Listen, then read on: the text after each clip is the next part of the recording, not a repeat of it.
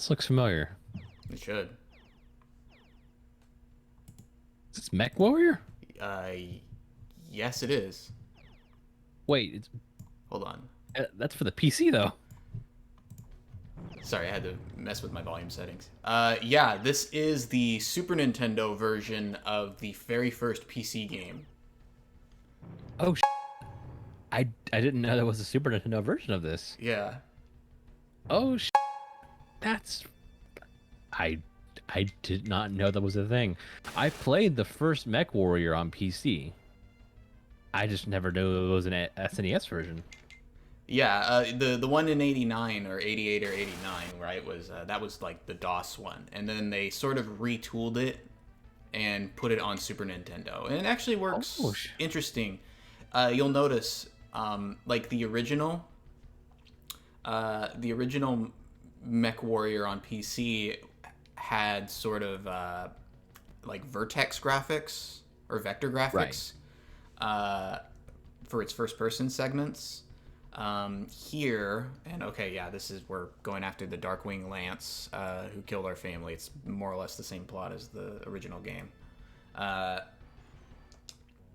and so here we are. And but what they do here is they utilize mode 7 a lot. That looks really nice. Yeah, it works surprisingly well for what it is. All right, so B button. So we're going in the diner. I remember renting this game as a kid, and I remember really liking it. It's one of those games there were a lot of games that I rented as a kid that I never was able to really truly like be able to understand enough to be able to play them well, but I kind of understood the difference. Like, this is actually, most of the time I was like, this is actually there's something here that's drawing me back. Right. That's super cool. So we got to talk to this guy, so he'll give us the planet name, and we sort of go back and forth between this diner talking to NPCs who will give you information on new jobs that'll help you track down the Darkwing Lance. First, you should go to the mech complex and upgrade your armor or weapon systems. Homing missiles are the best. So I've been wanting. I think if I ever make my own game, I would like to make a shoot 'em up that incorporates elements from this game, like this whole UI and like storytelling UI style. That would be pretty cool if you like kind of use this as an homage. I like this. Yeah. January 4th, 3027. So this is after. How much do you know about BattleTech? Like the genre, like the whole like series. Yeah, because MechWarrior is part of the BattleTech series. Um, I know surprisingly a little bit. I played the board game a lot, BattleTech. Okay, so if that's the same lore and mythos, then I know a bit. Yeah, this is after this game. Technically, this game and the original PC version are set technically at the end of the timeline, so more or less. This is after the Third Succession War, if that means anything to you. It does. Prince Hasdemian ambush. Okay. Yeah, so we have a job to do. So let's leave. And first we're gonna go to here. All right, so we want to repair our craft. They're gonna try to teach you how this works right here. Reload, cost, repair. Okay. Reload that. Let's see, what do we want? We're not gonna upgrade anything yet, but this particular menu, I would say the only problem with this menu is if you were renting this game when it came out, and you didn't have the instruction manual, because some jerk stole it, like they always did. You probably don't really understand how a lot of this menu works. It's not really telling you exactly what these button, like, you might accidentally spend all your money on and not even realize it. Right. I was gonna say it sounds like if you didn't have that the disc. I mean, sorry, not the disc. The guide. You'd be pretty SOL, and I can definitely see that affecting your play value a lot. Mm. Hey, look at Death Star. You see that? Yes. All right. So This is really cool. So info. I'm digging the graphics on that. So info on the job. Contract garrison duty on Gaelton, value 93,000 credits. Let's go ahead and let's see. Enemy units. Has 2 light enemy units, so that's all we're going to be fighting. Planetary data, type Earth, temperature 30, gravity 1, so it's a basic planet. Go back. Go over here, go into money. So here's what you can do. You can they're offering 93,000, but we can request 103,000 and see if they'll take it. See bills for this contract. Okay, so we managed to negotiate with them, and they did they bump it down? No, they bumped it up. Yeah, it's 1094 now. Yeah, so they weren't willing to give us 103,000 for it, but they were willing to. The House of Davon was willing to give us 94,000. Okay, take it. So next, are there any other jobs? Oh, riot duty on planet Solaris. Riot duty on planet Daleview, but let's go ahead and go with the garrison duty on Gaelton, because that's the easiest one, I think. All right, so now this box is open. We can go ahead and jump right in. Pick our mech. We only have this mech. Curious how the combat's gonna look here. Oh, you're probably gonna like it. You're probably gonna laugh at it though, because it's kind of dated. But they really wanted to use that mode 7, and gosh darn it, they use it. So now we're dropping. Hey, that's pretty cool. Here we go. Hey. All right, so That's not bad at all. I need to try to remember the buttons here. Okay, so that moves the reticle here. That shows me the map. They're over there in the northeast, I think. Yes. Go hunt the insurgents. Okay, so you got your laser and your missiles. Please move. Oh, here we are.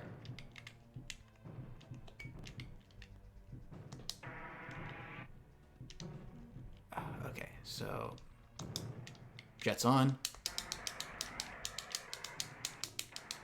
Take that.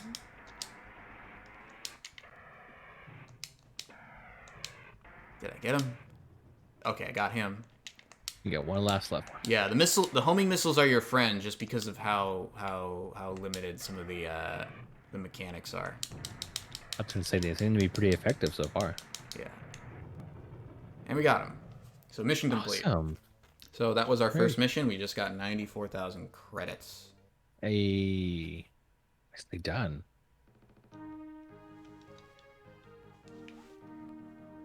A well-executed battle. Your fellow mercenaries will be proud to hear all the glorious details of your latest victory. Huzzah! This is actually really nicely looking. Mm-hmm. Yeah, and I was, the thing is, I remembered it, and I tracked it down, and I was kind of worried that it was gonna be like, oh man, is this gonna be like Super Star Wars, where I kind of liked it as a kid, but it's gonna be just bullshit. Right. when I played it, but no, this actually does hold up pretty well. And so you hit the nail on the head with that one. All right. So now we go back here. We got a new talk option. Got to talk to Celeste. Larman Celeste is the name. Harris, is it? Yeah, and so you have like it reminds me of like something like Deja Vu. Yeah. Like something like the old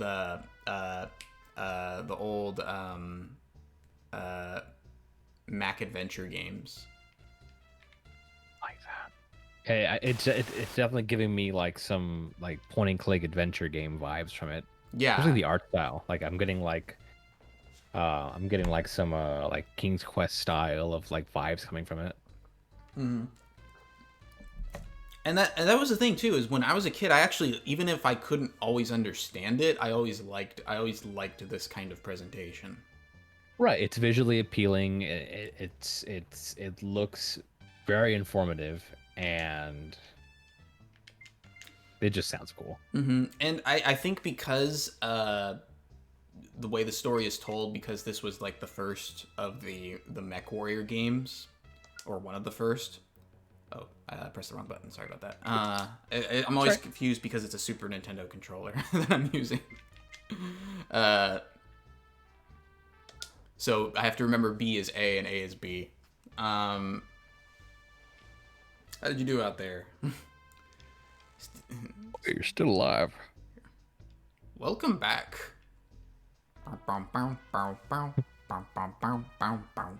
Man, I'm excited to play the new one. I can't really share in the excitement, but I would love to, I want to try it, but I'm just not really like super excited for it. Nothing Pokemon related really excites me very much anymore. The flame's dead. It's gone. I definitely want to try out the new Digimon games though. Cyber Sleuth and that one game Survive look pretty decent. There were some Digimon games for the PlayStation 1 and 2 that I remember I went to my local game store that dealt in like a lot of foreign games, and I was just getting really into Digimon. And I think it was like a Japanese version of like Digimon World, like, or Digimon like Rumble or something. All I remember is like thinking to myself like, holy shit, it's a Digimon game. And I was just on cloud nine. Like, I was so excited. The prospect of being able to play a Digimon game, when at that point I'd only played like Pokemon Stadium, Pokemon Snap, Hey You Pikachu, that was attempts were made for a game. I'll give them that much. Yeah. But yeah, geez, I've seen quite a few new Digimon games popping up on my TikTok, so it seems pretty interesting. Like I also share in your sentiment for wanting to play those new Digimon games. Well, one cool thing about Digimon though is that it does seem like they switch things up a lot. They try out a lot of different mechanics and ideas. Whereas Pokemon, you've basically been buying expansion packs of the same game for 10 years. Right, they have a pretty tried and true tested formula, and they don't feel the need to deviate from that. I mean, granted, they will once in a blue moon. Like I will say, like Pokemon Stadium was a bit of a different feel than playing Pokemon Red, Blue, Yellow. Oh yeah, Pokemon Snap. I would say Pokemon... I would say I've always liked the spin-off games of Pokemon better than the main series. Honestly, I really love the mini games of Pokemon Stadium. Like, I've always found those to be extraordinarily enjoyable. Even Hey You Pikachu, like, as much shit as I give it, I think it's a generally bad game, but it's a really cool concept. Okay. Sorry, I'm just looking at my weapon choices here. Good. So here's how it works. You see my weight. My weight is 23. And each item that I can buy for my mech here has a weight cost. So if I buy a small laser, I think I already have buy a large laser, it has a weight of 5, while the medium laser has a weight of 1. So we only have 125,000 credits. So, you know, you have to sort of the whole thing with the game is spending your money wisely on new mechs or on improving your old mech. Right. You can't just sit on you can't just sit on the money. Otherwise it's like yeah. Yeah. And so let's see. Let's go back for a second. What I want is some armor. God, this music reminds me of that freaking Jurassic Park game.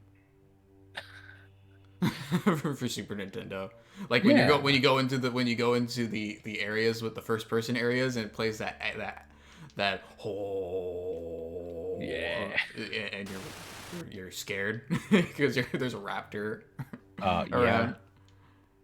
Jesus Christ, that game gave me nightmares.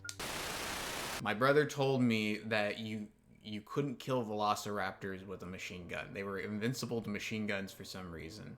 And I believed him, and so I thought for years that you could only kill a velociraptor if you fought a velociraptor. You could only kill it with a pistol or with The pistol, yeah. with a pistol or oh, let me switch to this. Sometimes using the lasers is good just because it'll help you save money having to replenish your ammo. Right. And you see the missions don't last very long. As long Yeah, as you have what you need. Right, as long as you have the proper loadout and you're expecting this or that encounter, it doesn't look like it's going to be that difficult. Right. So now we're going to go back to the diner. It has the jazz music playing. That's cool. You hear that? I had to turn the volume up a little bit. Listen, I know you're new around here and don't quite know what to do, so I'm going to give you a hint. After completing a mission, be sure to read all the holovids. I know this shouldn't be doing this. Take a quick look at this holovid a mercenary accidentally left, and you'll see what I mean. Okay, yeah.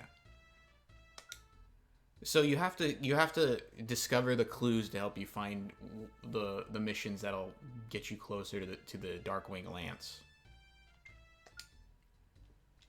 That's the end goal. Mm-hmm. Get your revenge.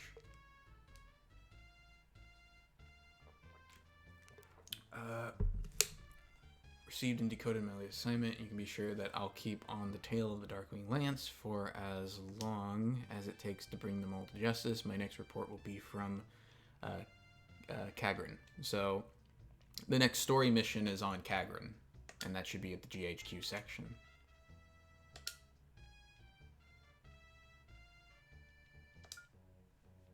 I love this. I love the pixelated backgrounds and art style here. Mm-hmm.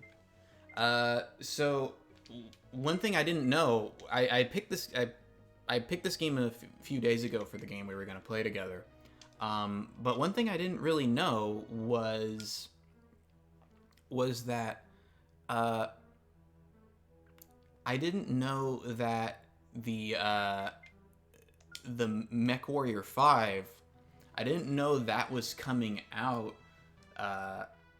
on...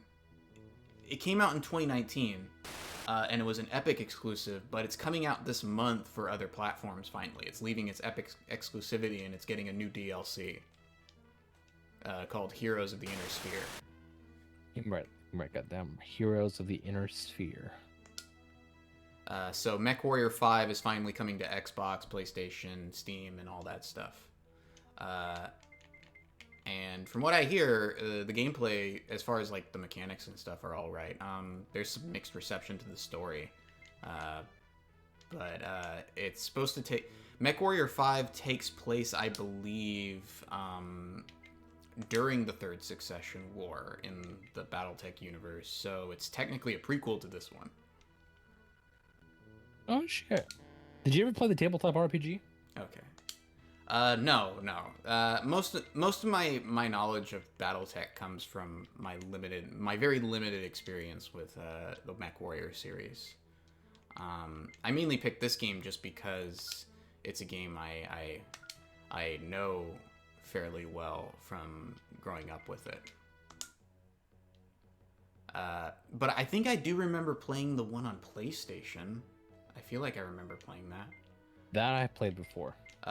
There's another and one. The PC one. Yeah, there's another one on Super Nintendo and Genesis called Mechwarrior 3050. That's a... Oh, did I not accept it? That is... Mechwarrior 3050 has more of like an isometric perspective. And... There we go. Okay. And...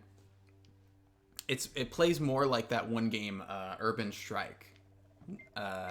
It's more of like an action game, not so much with a few customizability things going on, but it's not really an RPG in the same way that this one is.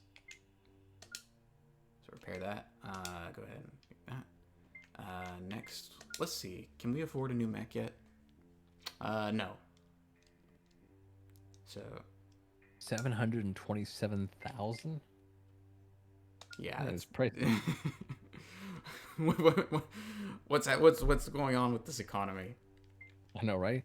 What is this inflation in the 31st century? Damn those clans. Oh, Jesus. Okay, so we're gonna turn on the. We're gonna. Do I need a heatsink? I don't think I do. So heatsink minus. Yeah, I don't think I need it. I'm going to an ice planet. Yeah, should be fine.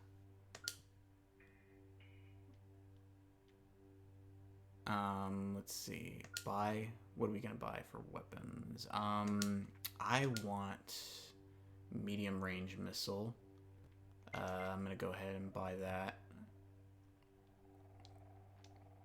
Heat 3. Okay. Now we might need a heatsink. There we go. So hopefully our weight is not too much. There. That seems pretty well balanced. Yeah. And maybe. Yeah, I think that's gonna be good.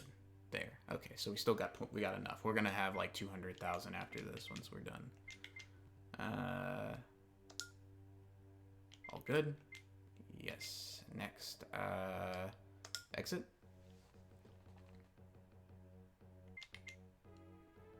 But you were saying you played the you were saying you played the pen and paper BattleTech board game.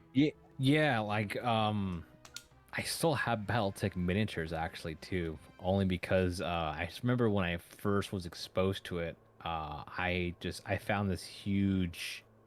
I was going through like a phase, like a big mech phase, and I loved Robotech, BattleTech, Mobile Suit Gundam, stuff like that. And I remember wanting to play like a tabletop version of that. And there were a couple of like kind of like bigger anime nerds at like one of my local game stores.